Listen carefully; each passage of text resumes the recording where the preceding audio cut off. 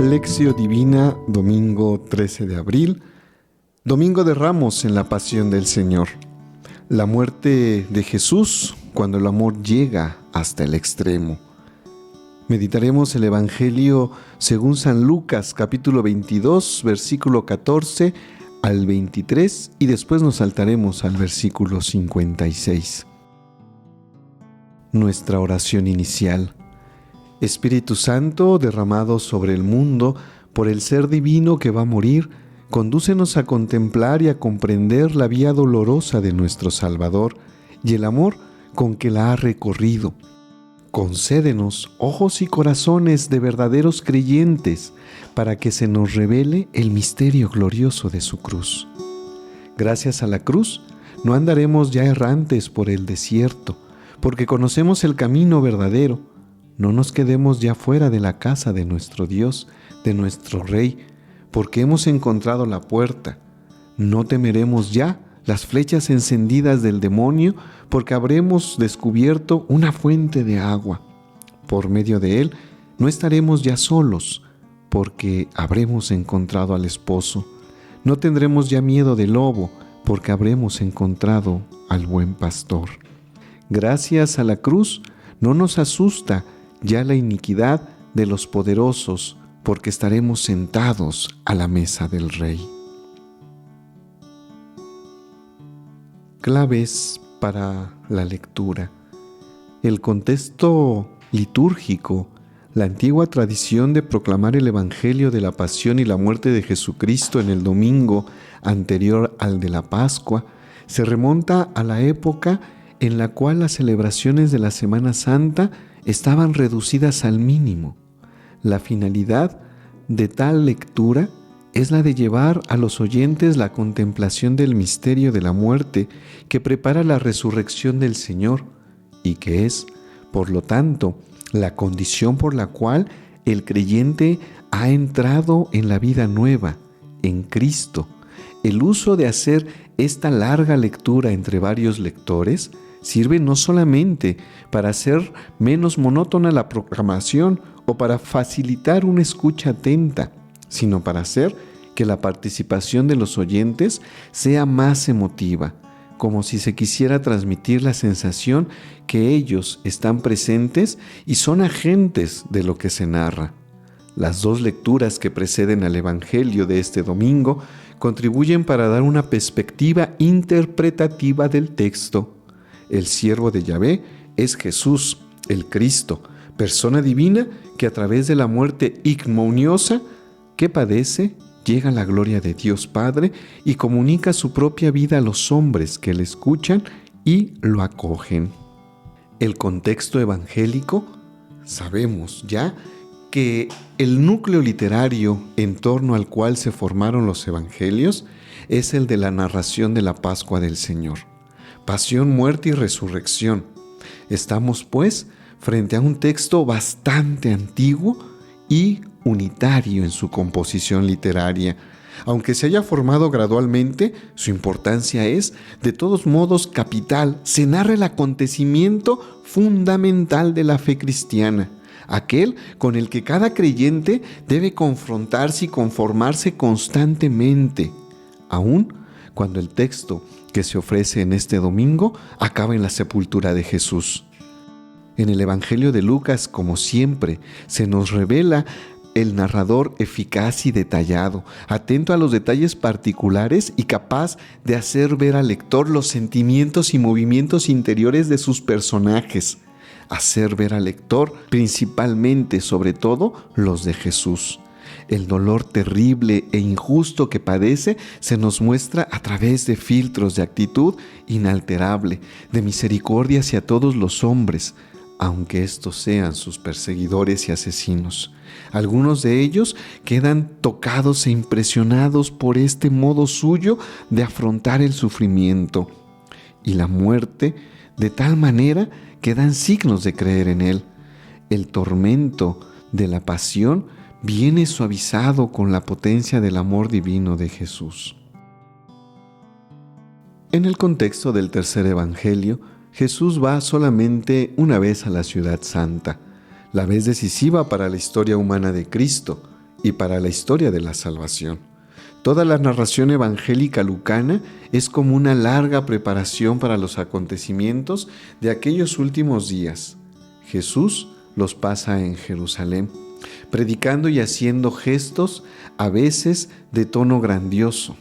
Por ejemplo, la expulsión de los mercaderes en el templo. Otras veces misterioso o un poco provocadores, como es la respuesta acerca del tributo debido al César. No por casualidad, el evangelista concentra en estos últimos días acontecimientos y palabras que otros evangelios no ponen en otras frases de la vida pública del Señor. Todo esto se desarrolla mientras el complot de los jefes del pueblo se intensifica y se hace cada vez más concreto, hasta que a Judas se le ofrece una ocasión propicia e inesperada, el tercer evangelista, para indicar esta última y definitiva etapa de la vida del Señor, utiliza varios términos en el curso de su obra. ¿Es una partida o un éxodo? ¿Es una asunción? Y es un cumplimiento. Así pues, Lucas da a entender a sus lectores anticipadamente cómo interpretar la terrible y escandalosa muerte de Cristo, al cual han confiado su propia vida. Él realiza un paso doloroso y difícil de entender, pero necesario en la economía de la salvación. Para llegar a buen éxito, el cumplimiento, su itinerario hacia la gloria.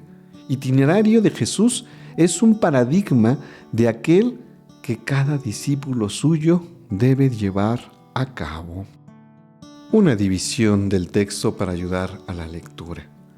La narración de la última cena desde el versículo 22:7 al 22:38. La oración de Jesús en el huerto del Getsemaní desde el 22:39 al 22:46. El arresto y el proceso hebraico desde el 22, versículo 47 al 22, versículo 71. El proceso civil delante de Pilato y Herodes, desde el 23:1 al 23:25. La condena, la crucifixión y muerte de Jesús desde el 23:26 al 23:49. Los acontecimientos sucesivos de la muerte desde el 23:50 hasta el 23:56. Veamos ahora la cena pascual. Cuando llegó la hora, se puso a la mesa con los apóstoles y les dijo: con ansia he deseado comer esta Pascua con ustedes antes de padecer, porque les digo que yo no la comeré más hasta que haya su cumplimiento en el reino de Dios. Tomó luego una copa, dio gracias y dijo: tomad esto y repartirlo entre vosotros, porque os digo que a partir de este momento no beberé del producto de la vid hasta que llegue el reino de Dios. Tomó luego el pan, dio gracias, lo partió y se los dio diciendo: este es mi cuerpo que se entrega por ustedes. Hagan esto en recuerdo mío. De igual modo, después de cenar, tomó la copa diciendo: esta copa es la nueva alianza de mi sangre, que se derrama por ustedes. Miren, la mano del que me entrega está aquí conmigo sobre la mesa, porque el Hijo del Hombre se marcha según está determinado, pero ay de aquel por quien es entregado. Entonces se pusieron a discutir entre sí quién de ellos sería el que iba a hacer aquello. Entre ellos hubo también un altercado sobre quién de ellos parecía ser el mayor. Él les dijo: los reyes de las naciones las dominan como señores absolutos, y los que ejercen el poder sobre ellas se hacen llamar bienhechores. Pero no así nosotros, sino que el mayor entre nosotros sea el más joven y el que gobierna como el que sirve. Porque quien es mayor, el que está a la mesa o el que sirve. No es el que está a la mesa, pues yo estoy en medio de ustedes como el que sirve.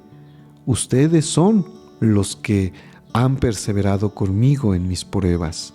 Yo por mi parte dispongo un reino para ustedes como mi Padre lo dispuso para mí, para que coman y beban a mi mesa en el reino y se sienten sobre tronos para juzgar a las 12 tribus de Israel. Simón, Simón, mira que Satanás ha solicitado el poder para cibrarnos como trigo, porque yo he rogado por ti para que tu fe no desfallezca. Y tú, cuando hayas vuelto, confirma a tus hermanos. Él dijo: Señor, estoy dispuesto a ir contigo hasta la cárcel y la muerte. Pero él le contestó: Te digo, Pedro, que antes de que hoy cante el gallo, habrás negado 3 veces que me conoces. Y les dijo: Cuando los envíe sin bolsa, sin alforja y sin sandalias, ¿les faltó algo? Ellos dijeron: Nada. Les dijo pues: Ahora el que tenga la bolsa, que la tome, y lo mismo la alforja, y el que no tenga, que venda su manto y se compre una espada. Porque les digo que es necesario que se cumpla en mí lo que está escrito. Ha sido contado entre los malhechores, porque lo que se refiere a mí toca a su fin. Ellos dijeron: Señor, aquí hay 2 espadas.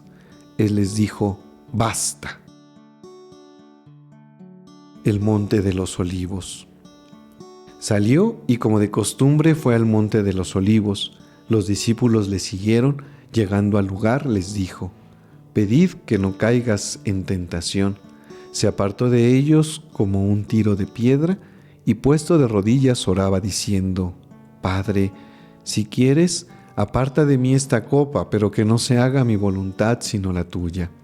Entonces se le apareció un ángel venido del cielo que le confortaba, y sumido en agonía insistía más en su oración. Su sudor se hizo como gotas espesas de sangre que caían en la tierra. Levantándose de la oración, vino donde los discípulos y los encontró dormidos por la tristeza y les dijo: ¿Cómo es que están dormidos? Levántense y oren para que no caigan en tentación. Padecimiento de Jesús. Estaba todavía hablando cuando se presentó un grupo. El llamado Judas, uno de los 12, iba primero y se acercó a Jesús para darle un beso. Jesús le dijo: Judas, ¿con un beso entregas al Hijo del Hombre? Viendo los que estaban con él lo que iba a suceder, dijeron: Señor, ¿herimos espada? Y uno de ellos hirió al siervo del sumo sacerdote y le llevó la oreja derecha. Pero Jesús dijo: Dejad, basta ya. Y tocando la oreja le curó. Dijo Jesús a los sumos sacerdotes, a los jefes de la guardia del templo y a los ancianos que habían venido contra él: ¿Cómo contra un salteador habían salido con palos y espadas? Estaba yo todos los días en el templo con ustedes y no me pusieron la mano encima. Pero esta es nuestra hora y el poder de las tinieblas. Entonces le prendieron, se lo llevaron y le hicieron entrar en la casa del sumo sacerdote. Pedro le iba siguiendo lejos. Habían encendido una hoguera en medio del patio y estaban sentados alrededor. Pedro se sentó entre ellos. Una criada, al verle sentado junto a la lumbre, se le quedó mirando y dijo: Este hombre también estaba con él. Pero él lo negó: Mujer, no le conozco. Poco después le vio otro y dijo: Tú también eres uno de ellos. Pedro dijo: Hombre, no lo soy. Pasada como una hora, otro aseguraba: Cierto que este también estaba con él, pues además es Galileo. Le dijo Pedro: Hombre, no sé de qué hablas. Y en aquel mismo momento, cuando aún estaba hablando, cantó un gallo. El Señor se volvió y miró a Pedro. Recordó Pedro las palabras que le había dicho el Señor: Antes que cante hoy el gallo, me habrás negado 3 veces. Y saliendo fuera, rompió a llorar amargamente. Los hombres que le tenían preso se burlaban de él y le golpeaban. Y cubriendo con un velo le preguntaban: Adivina, ¿quién es el que te ha pegado? Y le insultaban diciéndole otras muchas cosas. En cuanto se hizo de día, se reunió el consejo de ancianos del pueblo. Los sumos sacerdotes y los escribas le hicieron venir a su Sanedrín y le dijeron: Si tú eres el Cristo, dínoslo. Él respondió: Si se los digo, no me creen. Si les pregunto, no me responden. De ahora en adelante el Hijo del Hombre estará sentado a la derecha del Padre. Dijeron todos: «¿Entonces tú eres el Hijo de Dios?». Él les dijo: «Vosotros lo han dicho». «Yo lo soy». Dijeron ellos: «¿Qué necesidad tenemos ya de testigos? Pues nosotros mismos lo hemos oído de su propia boca». Jesús ante Pilato. Se levantaron todos ellos y le llevaron ante Pilato. Comenzaron a acusarle diciendo: «Hemos encontrado a este alborotando a nuestro pueblo, prohibiendo pagar tributo al César y diciendo que él es Cristo, rey». Pilato le preguntó: «¿Eres tú el rey de los judíos?». Él le respondió: «Si tú lo dices». Pilato le dijo a los sumos sacerdotes y a la gente: «Ningún delito encuentro en este hombre». Pero ellos insistían diciendo: «Solivianta al pueblo con sus enseñanzas por toda Judea, desde Galilea donde comenzó hasta aquí». Al oír esto, Pilato preguntó si aquel hombre era Galileo. Y al saber que era de la jurisdicción de Herodes, le remitió a Herodes, porque aquellos días estaba también en Jerusalén. Cuando Herodes vio a Jesús, se alegró mucho, pues hacía largo tiempo que deseaba verle por las cosas que oía de él, y esperaba que hiciera algún signo en su presencia. Le hizo numerosas preguntas, pero él no respondió nada. Estaban allí los sumos sacerdotes y los escribas acusándole con insistencia, pero Herodes, con su guardia, después de despreciarle y burlarse de él, le puso un espléndido vestido y le remitió a Pilato. Aquel día Herodes y Pilato se hicieron amigos, pues antes estaban enemistados. Pilato convocó a los sumos sacerdotes, a los magistrados y al pueblo y les dijo: «Me han traído a este hombre como alborotador del pueblo, pero yo le he interrogado delante de ustedes y no he hallado en él ningún delito de que se le acuse, ni tampoco Herodes, porque nos lo ha remitido. Nada ha hecho, pues, que merezca la muerte. Así le daré un escarmiento y le soltaré». Toda la muchedumbre se puso a gritar a una: «¡Fuera ese! ¡Suéltanos a Barrabás!». Este día sí ha sido encarcelado por un motín que hubo en la ciudad y por asesinato. Pilato le habló de nuevo con la intención de liberar a Jesús, pero ellos seguían gritando: «¡Crucifícale! ¡Crucifícale!». Por tercera vez le dijo: «¿Pero qué mal ha hecho éste? No encuentro en él ningún delito que merezca la muerte. Así que le daré un escarmiento y lo soltaré». Pero ellos insistían pidiendo a grandes voces que fuera crucificado y arreciaban en sus gritos. Pilato sentenció que se cumpliera su demanda. Soltó pues al que había pedido, al que estaba en la cárcel por motín y asesinato, y a Jesús se lo entregó a su deseo. Camino del Calvario. Cuando le llevaban, echaron mano de un cierto Simón de Cirene, que venía del campo, y le cargaron la cruz para que la llevara detrás de Jesús. Le seguía una gran multitud de pueblos, de mujeres que solían y se lamentaban por él. Jesús se volvió a ellas y les dijo: «Hijas de Jerusalén, no lloren por mí, lloren más bien por ustedes, por sus hijos, porque llegarán días en que no se dirá: dichosas las estériles, las entrañas que no engendraron y los pechos que no criaron. Entonces podrán decir a los montes: caed sobre nosotros, y a las colinas: sepultadnos. Porque si en el leño verde hacen esto, en el seco, ¿qué se hará?». Llevaban, además, a otros 2 malhechores para ejecutarlos con él. Llegados al lugar llamado Calvario, le crucificaron. Allí, él y los malhechores, uno a la derecha y otro a la izquierda. Jesús decía: «Padre, perdónalos porque no saben lo que hacen». Se repartieron sus vestidos, echando suertes. Estaba el pueblo mirando. Los magistrados hacían muecas diciendo: «Ha salvado a otros, que se salve a sí mismo si es el Cristo de Dios, el elegido». También los soldados se burlaban de él y acercándose le ofrecían vinagre y le decían: «Si tú eres el rey de los judíos, sálvate». Había encima de él una inscripción: «Este es el rey de los judíos». Uno de los malhechores colgados le insultaba: «¿No eres tú el Cristo? Pues sálvate ti y a nosotros». Pero el otro le increpó: ¿No temes a Dios? Tú que sufres la misma condena, y nosotros con razón, porque no lo hemos merecido con nuestros hechos. En cambio, éste nada malo ha hecho. Y decía: Jesús, acuérdate de mí cuando vengas con tu reino. Jesús le dijo: te aseguro que hoy estarás conmigo en el paraíso.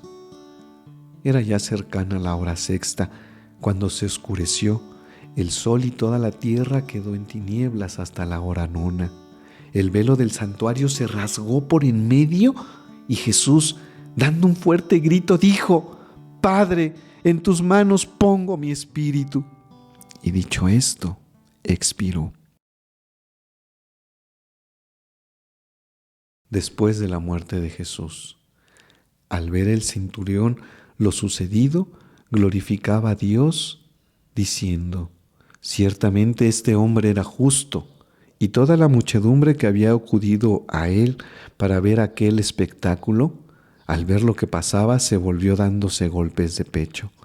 Todos sus conocidos y las mujeres que le habían seguido desde Galilea se mantenían a distancia, viendo estas cosas.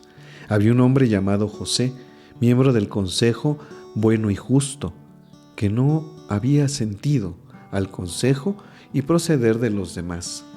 Era de Arimatea, ciudad de Judea, y esperaba el reino de Dios. Se presentó a Pilato, le pidió el cuerpo de Jesús, y después de descolgarle, le envolvió en una sábana y se puso en un sepulcro excavado en la roca, en el que nadie había sido puesto todavía.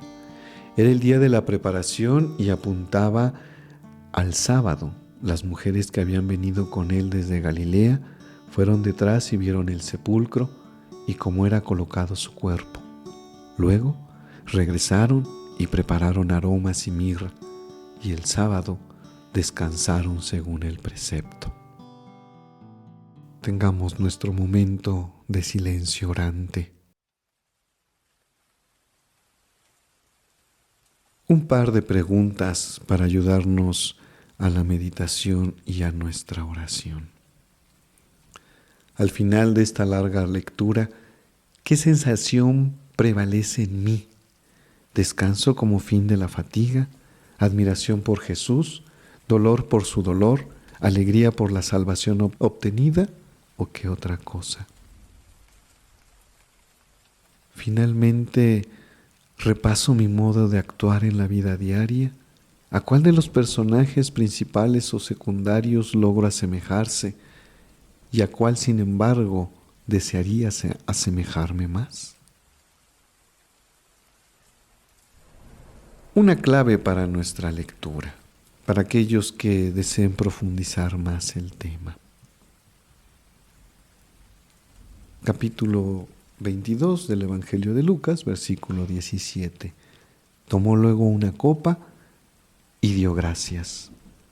No estamos todavía en el cáliz eucarístico propiamente dicho, sino en la primera de las 4 copas de vino que se tomaban en el transcurso de la cena pascual. A partir de este momento, no beberé del producto de la vid hasta que llegue al reino de Dios. Segunda indicación que expresa la muerte que ya está próxima. Se vuelven a tomar los anuncios de la pasión y como aquellos hacen una llamada implícitamente a la resurrección.